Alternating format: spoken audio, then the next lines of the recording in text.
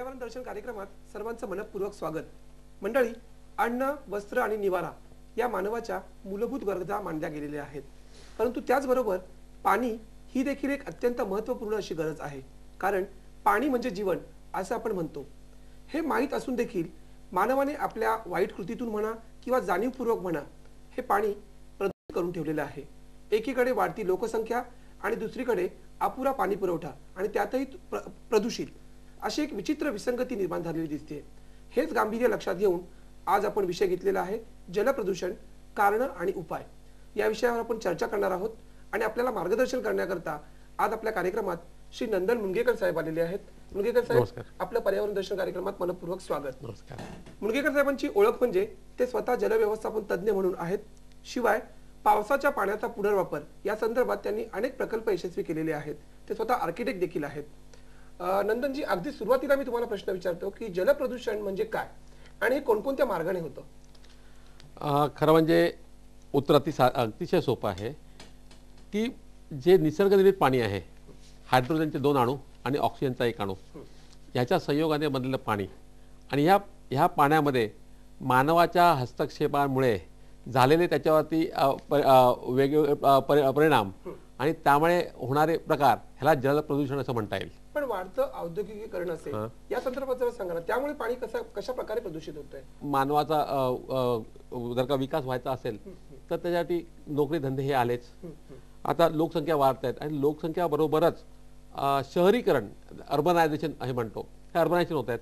त्यामुळे एकच जीव होतो, लोकांची संख्या एका ठिकाणी एकवटली जाते आणि त्यांना लागणारे उद्योगधंदे, मग त्यांना उद्योगधंद्याला लागणारी जो जागेला ती जागा असते ती कमी असते, मग त्याला लागणारा मग निचरा होण्याची व्यवस्था ह्या योग्य रीतीने केलेल्या नसतात आणि ह्या औद्योगिकरणातनं जर का एखादी केमिकल इंडस्ट्री असेल तर त्या केमिकलमधनं येणारं दूषित पाणी किंवा टॅनरी असेल तर टॅनरीवरनं येणारं पाणी, तुम्ही आज आपला धारावी बघितलं त्या रिसायकलिंग बऱ्याचशा गोष्टी केल्या जातात, हे औद्योगिकरणाचाच प्रकार आहे। मग त्याच्यामधनं येणारं पाणी हे ते निघणारं पाणी असतं, त्याच्यावरती प्रक्रिया केली पाहिजे, त्यातले पोल्युटंट्स म्हणजे दूषित करणारे घटक बाजूला केले पाहिजेत आणि जे अपाय न करणारे घटक आहेत त्यांचंच पाणी हे सोडलं जातं। परंतु काय आहे, जिथे आपल्या सरकार निर्मित ज्या अशा प्रकारच्या इंडस्ट्रीज आहेत तिथे ही व्यवस्था असते, पण काही इंडस्ट्री आलेली असते त्याच्यामध्ये सरकारची निवड त्यांनी केलेलं असतं, ते दाखवलेलं असतं कागदावरती, परंतु ते नीट ते केलं जात नाही आणि ते पाणी परत सोडलं आणि ते पाणी येतं कुठे?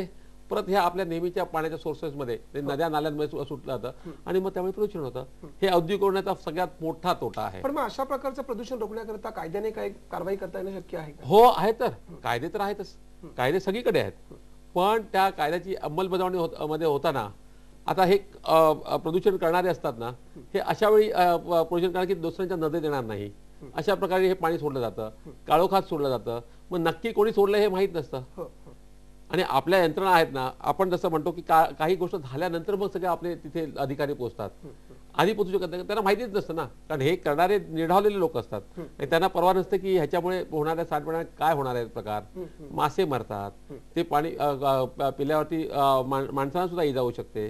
त्यामुळे हे प्रदूषण आणि हे प्रदूषण अतिशय साध्या कारणाने सुद्धा आपण थांबवू शकतो, परंतु आणि हे पूर्वीच्या काळापासून चालू आहे, परंतु आपण काही प्रमाणात ते विसरलो गेलो आहोत। त्याच्यासाठी तुम्हाला खूप पैसे लागणार आहे असंही नाही, खूप एनर्जी लागणार आहे अशी नाही, फक्त आपण ते दक्षपणे किंवा डोळसपणे किंवा आपल्या मनात आपणहून केलं पाहिजे। कोणीतरी कायदा माझ्यावर लादलाय, सरकारने कायदा लादला म्हणून नाही, मी स्वतःहून ते अंगीकार केलं तर होऊ शकेल। आता तुम्ही इस्रायलमध्ये गेलात तर इस्रायलमध्ये एवढे काटेकोरपणे सगळे कायदे पाळले जातात की आश्चर्य वाटतं की इस्रायलसारख्या देशात कमीत कमी पाऊस पडतो आणि आपण एका एकरामध्ये जेवढं पीक पिकवू त्याच्या अनेक पटीने ते पीक पिकवतात। त्यांच्याकडे पाऊस कमी, माती नाही, वाळू आहे त्यांच्याकडे आणि आपल्याकडे कसदार माती आहे, परंतु आपण काही करू शकत नाही। मग हे कसं कुठचं धोरण झालं? हे त्यांचा स्वदेश भक्ती आणि देशासाठी करायचं हे जे त्यांचं मूलद्रव्य ना, हे आपण विसरलो आहोत। पिकांचा विषय निघालाच आहे म्हणून मी विचारतो तुम्हाला, माझ्या असं वाचनात आलं की शेतीमुळे देखील पाणी प्रदूषित होतंय। हो, बऱ्याच प्रमाणात। आता एक तर शेतीला लागणारी खतं, आता खरं म्हणजे या खतामध्ये रासायनिक खतं सुद्धा असतात, म्हणजे लागणारी खतं त्या पिकाला त्यांनी पिकाने घेतल्यानंतर उरलेली असतात ना, ते परत पाण्यात मिसळली जातात। हे झालं खतं। त्याच्यावरती किडी होऊ नयेत वगैरे त्याच्यावरती फवारणारे इतर केमिकल्स हे सुद्धा हार्मफुल असतात. आणि त्याचा ओव्हरडोस झाला किंवा त्या पिकांना लागून उरल्या जर का जे केमिकल्स असतात ती या पाण्यात मिसळली की तरी सुद्धा होतं की. त्यामुळे हे प्रदूषण होतच आहे. त्यामुळे ह्या शेतीमध्ये रासायनिक खतं न वापरता आपण जर का शेणखत किंवा अशा प्रकारचं जे आहेत ऑर्गॅनिक ॲग्रिकल्चर हा प्रकार जर का आपण अवलंबला तर त्यामुळे आपल्याला रासायनिक हे सगळं वापरायला लागणार नाही आणि उत्पादनही चांगलं मिळेल. आणि त्यामुळे ज्या पिकांमध्ये सुद्धा रसायनाची भरत आहोत आणि आपण अगदी रासायनिक पदार्थ खात असतो हे सुद्धा झालं तर आपली प्रकृती सुद्धा चांगली राहील. पण शेतकऱ्यांना या संदर्भात काही मार्गदर्शन करणं शक्य आहे का? मला वाटतं आता गमत होतो तुम्हाला, तुम्ही चांगल्या मोठ्या मॉलमध्ये जा, तिकडे तुम्हाला ऑर्गॅनिक फूड आणि त्याचा भाव नेहमीच्या फूडपेक्षा बराच जास्त असतो. म्हणजे शेतकऱ्यांना सुद्धा कळू शकतंय की आज जर का ऑर्गॅनिक फूड केलं तर आपल्याला जास्त भाव मिळेल मार्केटमध्ये. त्यामुळे ऑर्गॅनिक हे आता मूळ धरायला लागलेलं आहे. आणि अनेक ह्या शेतीच्या युनिव्हर्सिटीज आहेत, ॲग्रिकल्चर कॉलेजेस, हे सुद्धा ह्या प्रमाणात चांगलं संशोधन करायला लागलेले आहेत की आपण ऑर्गॅनिक शेती का करू नये हे त्याच्यावर खूप संशोधन चालू आहे. मुंगेकर साहेब, गंगा, यमुना यासारख्या नद्या आपल्याकडे पवित्र मानल्या गेलेल्या बरोबर आहे, परंतु लोकांच्या मनात एक अंधश्रद्धा असतात आणि त्यातूनच मृतदेह या नद्यांना अर्पण केले जातात. त्यातून मोठ्या प्रमाणात प्रदूषण होत आहे. काय सांगाल आपण? बापरे, तुम्ही तर अगदी म्हणजे आपल्या धर्माला हात घालतात.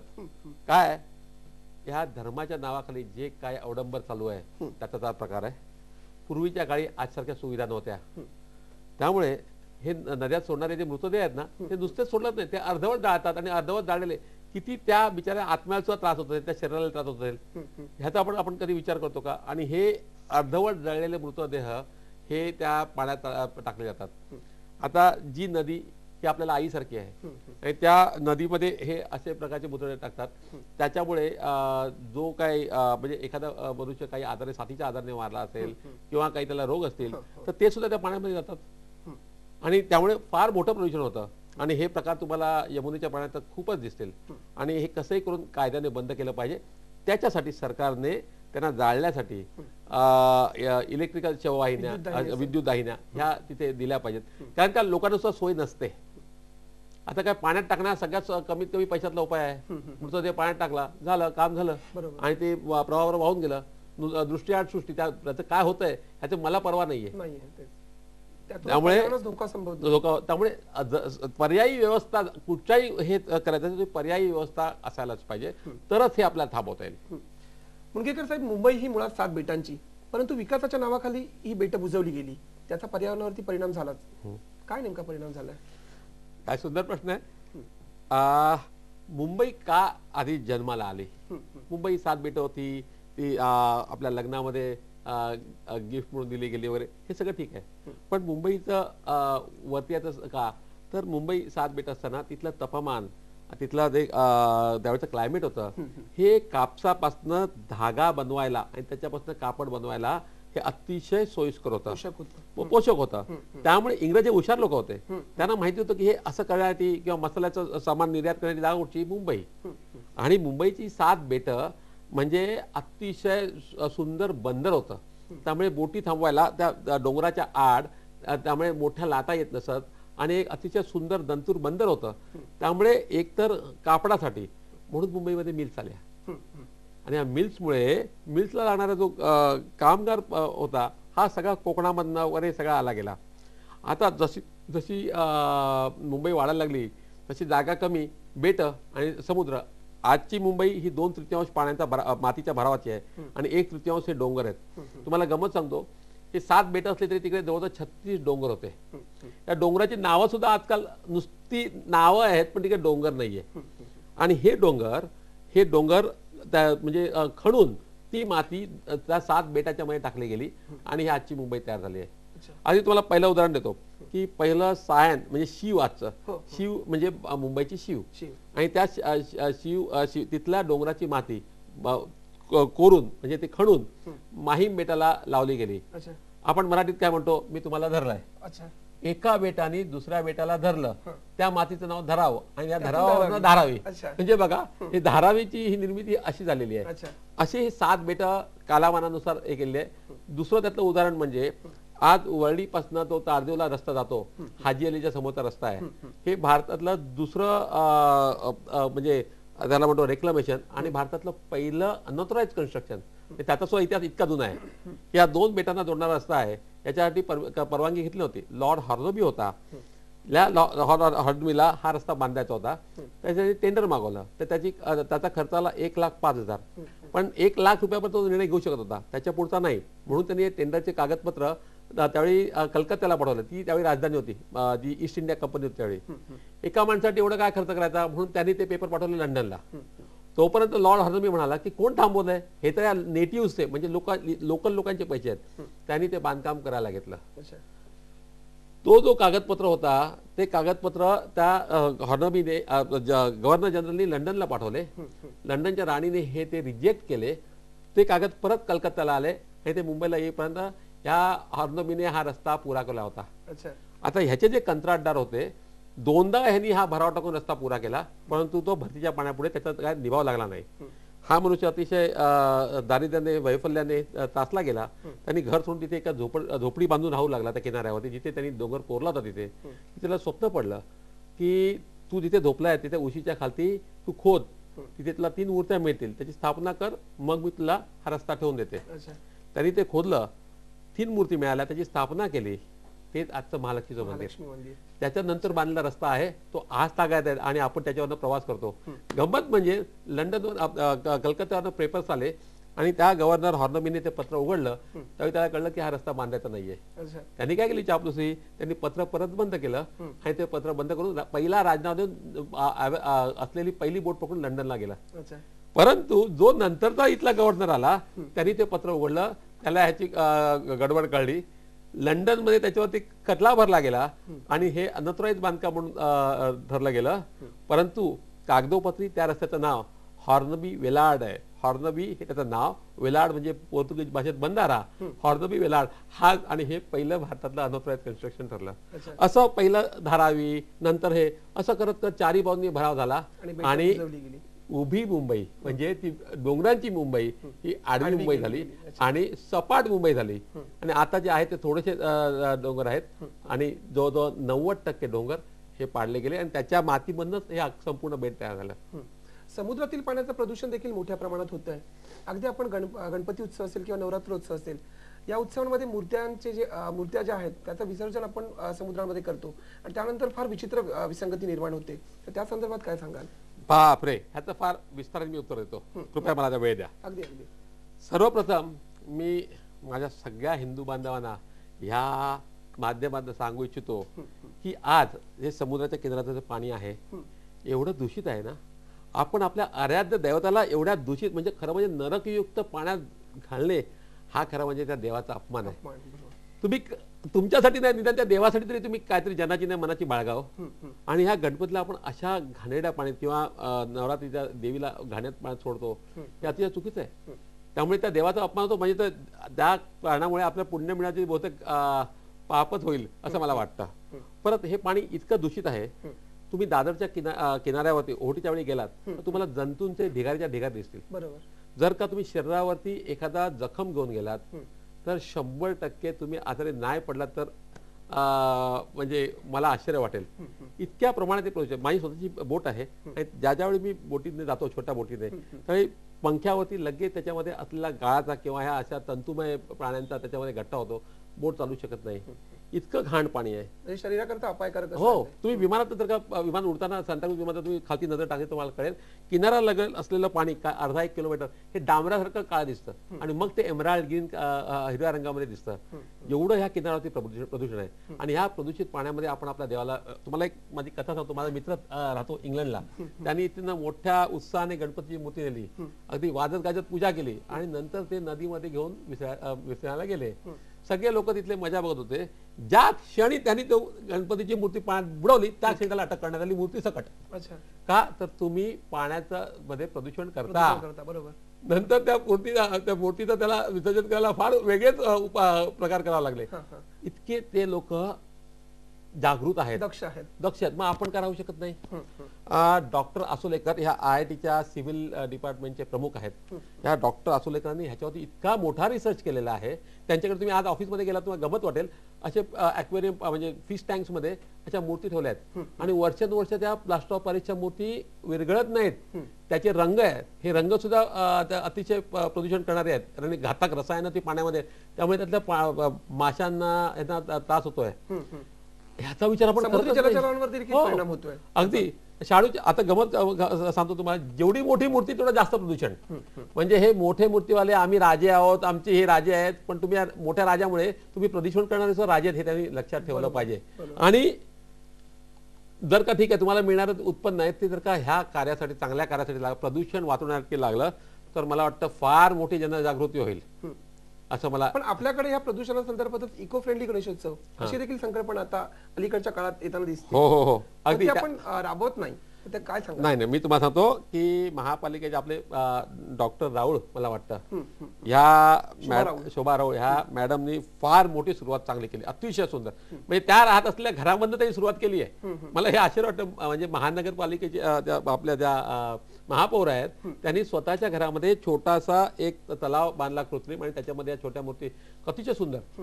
या महापौरांचं मला कौतुक करावं वाटलं. आणि मग हे सगळं रिपीट केलं गेलं बराच आणि लोकजागृती आता हळूहळू व्हायला लागली आहे. लोकांना कळायला लागलं की बाबा आपण नुसतं उत्सवप्रिय नाही, आपण काहीतरी चांगलं कार्य केलं पाहिजे. त्यामुळे अच्छा, आणि शाडूच्या मूर्ती का नाही करतायत? हो बरोबर. मी तुम्हाला सांगतो गुजरातमध्ये बऱ्याच ठिकाणी लोक घरातच मूर्ती तयार करतात आणि ती शाडूची मूर्ती आणि त्याला गेरूचा रंग, म्हणजे सगळ्या गोष्टी पर्यावरणासाठी अतिशय चांगल्या असतात, पोषक अशा असतात. मग हे आपण का करू शकत नाही? मग आपल्यालाच का 25 होण्याची आणि मग रस्त्यामध्ये जाताना तासन तास वाहतुकीचे खोळंबा कशा करता? पुण्यामध्ये सुद्धा मोठे गणपती करतात बघा, परंतु विसर्जन करण्याची मूर्ती छोटीच असते, ते मोठे गणपती घेऊन येत नाही काय? बरोबर. मग जर का आपल्या मुंबईच्या बदला पुण्यामध्ये जर काही करू शकत असतील तर आपण का नाही त्याचा धडा घ्यावा? बरोबर. आणि मोठे गणपती ठेवा ना तुम्ही. आम्ही धर्माचे, मी स्वतः हिंदू आहे, मी त्याच्या विरुद्ध नाही. मोठा गणपती ठीक आहे, तुम्ही तो पेंडॉल मध्ये ठेवा आणि छोटी जी पूजेची मूर्ती आहे ना त्याचं विसर्जन करा ना. मला वाटतं आपण असा विचार करायला काही हरकत नाही. आपण जलप्रदूषणाबद्दल बोलतोच आहोत, तर लोकांच्या वाईट सवयी देखील असतात. पाण्याचा गैरवापर करणे, म्हणजे गाड्या धुण्यासाठी पाणी वापरणं किंवा भांडी विसरण्याकरता पाणी वापरणं. आपल्या मुंबईकरांना मुबलक प्रमाणात पाणी मिळत आहे म्हणून आपण त्याचा गैरवापर करतो. पण हे देखील एका प्रकारचं प्रदूषणच आहे असं म्हणता येईल का? हा, याच्याबद्दल मी पहिलं असं उत्तर देईन की आज आपल्याला जे पाणी मिळत आहे, तुम्हाला माहिती आहे का महानगरपालिका आपल्या काय रेटने पाणी देत आहे? झोपडपट्ट्यांना 2.5 रुपये 1000 लिटर. अच्छा. तुम्हाला चांगल्या बिल्डिंगना, सोसायट्यांना 3.5 रुपये 1000 लिटर. कमर्शियल ऑफिसेसना 25 रुपये 1000 लिटर आणि इंडस्ट्रीला 35 रुपये 1000 लिटर. आता पिण्यासाठी आपण 2.5 रुपये 1000. तुम्ही प्रवासाला जाताना एखादी पाण्याची बाटली विकत घेता, ती 12 रुपये लिटर मध्ये आपण विकत घेतो. बरोबर आहे. 2.5 रुपयात जर का 1000 लिटर म्हणजे एवढं स्वस्त, म्हणजे खरं म्हणजे फुकटच पाणी आहे. बरोबर. हा मला वाटतं महानगरपालिकेला हा पाण्याचा खर्च 1000 लिटरला 10 ते 12 रुपये येतोय. हे सबसिडाइज पाणी आपल्याला मिळत आहे. म्हणजे आपले काही प्रमाणात लाडच चाललेले आहेत. बरोबर. जर का योग्य पाण्याचा दर लावला तर आपले जे निवडणूक आपण निवडून दिलेले आपले जे लोकप्रतिनिधी आहेत ते बोंबाबोंब करतात, अरे पण खर्च किती येतो ते बघा की. आणि जर का जो खर्च लावला तर सगळे लोक, म्हणजे काय त्याची किंमत नाहीये. आज माझ्या घरातला पाण्याचा बॉल जर का गळतोय, जाऊ दे गळू देत, म्हणजे लोक बेपरवा आहेत. असं नाही, एखाद्या गोष्टीची योग्य किंमत लावावी असं मला वाटतं. आणि जरा जर का ती लावली तर लोक ह्याच्यामधनं धडा घेतील.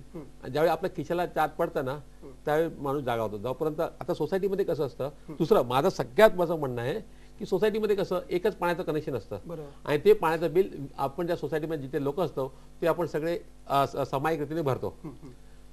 त्यात माझ्यासारखा एखादा असेल की मला त्रासच द्यायचा असेल आणि मी घरात जाकोती लावली, सोना लावला, हे लावलं आणि पाणी हे करत राहिलो असं, पण माझं बिल 20 जण भरतायत ना, मला परवा नाहीये. तर जर का महानगरपालिकेने प्रत्येक घराला दिलेल्या पाण्याचं जर का त्यांनी मीटर लावलं तर मला वाटतं आपल्याला ही परिस्थिती येणार नाहीये.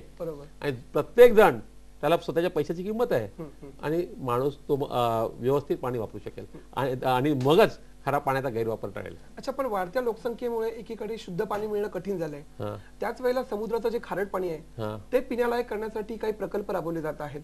तर ते प्रकल्प काय आहेत आणि हे पाणी खरोखरच शुद्ध आहे का? किंवा करता येईल का? अगदी 100% मी तुम्हाला सांगतो, अगदी गटाराचं पाणी सुद्धा शुद्ध करू शकतो. तर समुद्राचं पाणी शुद्ध करायला काय, आज सगळ्यात अगदी मला उदाहरण सांगतो, मलेशियाचं त्याचं घाण पाणी आहे हे सिंगापूर विकत घेतात. अच्छा. आणि सिंगापूरमध्ये सगळ्यात मोठा जगातला पाण्यावरती प्रक्रिया करणारा प्लांट आहे आणि ते पाणी शुद्ध करून पिण्यायोग्य पाणी करून ते सिंगापूर शहराला मिळतं. हे जगातलं सगळ्यात मोठं उदाहरण आहे. तर समुद्राचं पाणी शुद्धीकरण करून पिण्याचं पाणी आणि या सगळ्या बोटी आहेत ना आपल्या ज्या समुद्रामध्ये 15-15 दिवस पाण्यामध्ये असतात, ते काय करतात, ते समुद्रातच पाणी घेतात आणि प्रक्रिया करून ते गोडं पाणी करतात.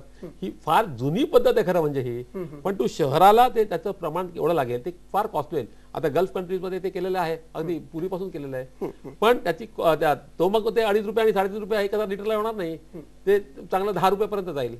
मग हे लोकांना परवडणार का?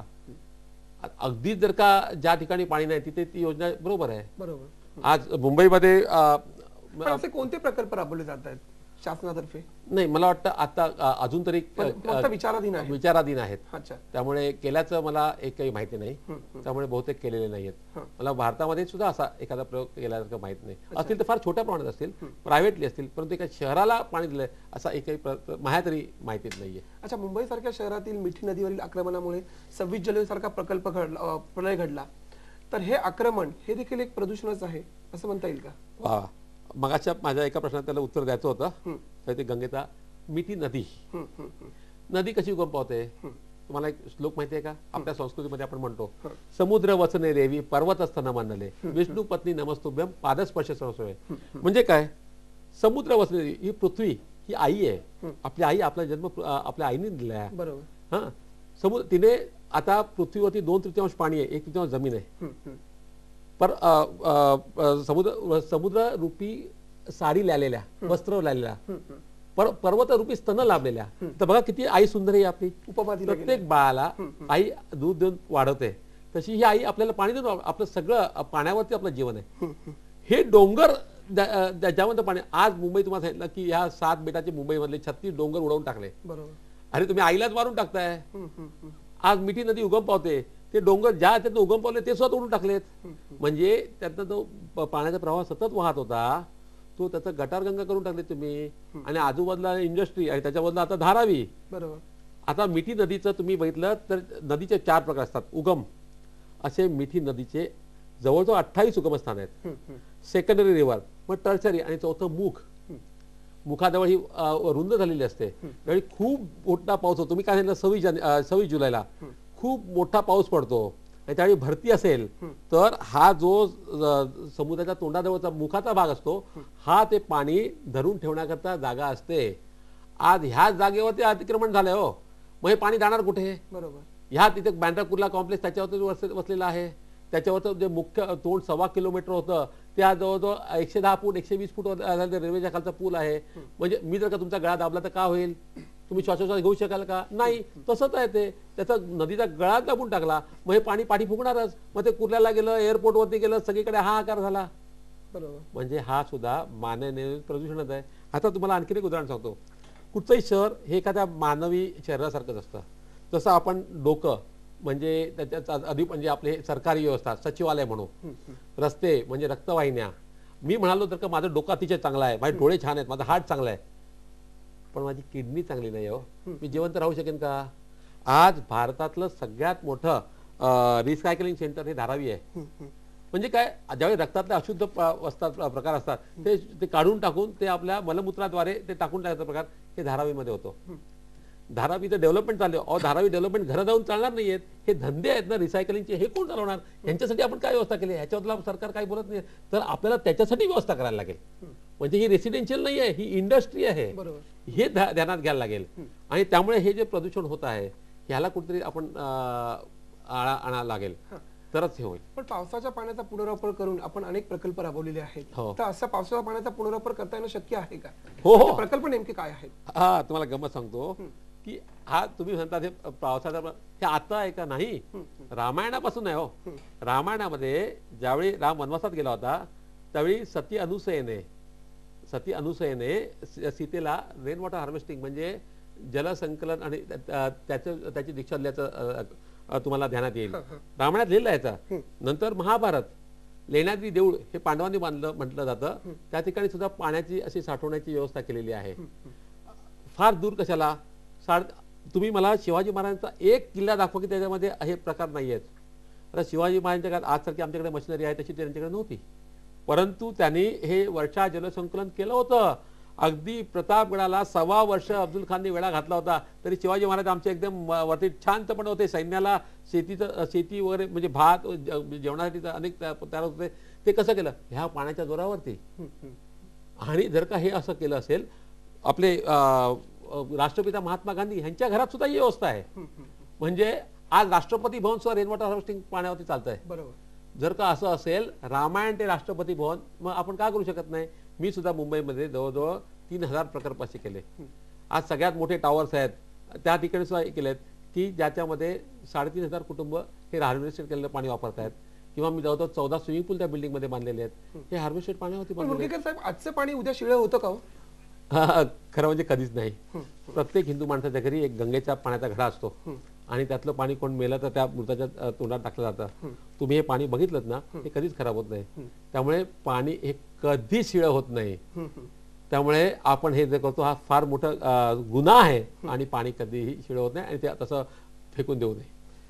मंडळी, पाण्यासाठी दाही दिशा ही एक व्यथा आहे. पाण्याशिवाय जीवन म्हणजे एक दंतकथा आहे. या चारोळीमध्येच आजच्या कार्यक्रमाचा आपला सारांश दडलेला आहे. मंडळी, पाणी म्हणजे जीवन आहे, त्यामुळेच प्रत्येकाने ते जपून वापरायला हवं. पाण्याचा गैरवापर टाळायला हवा. हेच खरं पाण्याचं प्रदूषण रोखणं शक्य आहे. मंडळी, मुणगेकर साहेब, आज आपण आमच्या कार्यक्रमात आलात आणि इतकी सुंदर माहिती दिलीत. पाण्याच्या प्रदूषणासंदर्भात आपण फार छान मार्गदर्शन केलं. त्याबद्दल पर्यावरण दर्शन कार्यक्रमातर्फे मी आपले आभार मानतो. धन्यवाद. नमस्कार.